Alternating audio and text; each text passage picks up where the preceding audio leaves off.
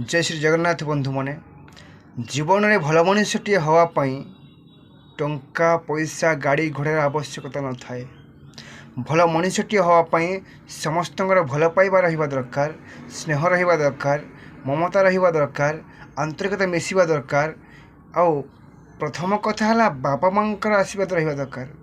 जहाँ उपरे बापा माँ आशीर्वाद नहीं, जहाँ उपरे मार पणत कानी नहीं, जहाँ मुंड उपर बापा हाथ नहीं, ता जीवन में से केवे उन्नति कर पारिब नहीं। जीवन में तुम्हें जिते लक्ष्य स्थल में पहुँचा परिश्रम कर, जो तुम पितामाता चरण स्पर्श कर न जाओ, कौन सी काम तुम सफलता हेबनी। बंधु मैंने आप परीक्षा करूँ, पितामाता चरण स्पर्श कर आप जेकोसी कम बाहरी जी ताहा केवे असफलता हेबनी, ता निश्चिंत सफलतार परिणत हेब। आउ तुमको आशीर्वाद एमती प्राप्त हेब तुम्हें जहाँ भी कहीं भावी नथिबो। आम जीवन प्रथम पथप्रदर्शक होती बापा और माँ।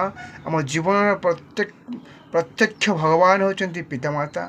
आंको सब प्रणाम करूँ, पूजा करूँ एवं जीवाश्रम प्रथम चरण स्पर्श कर जातु।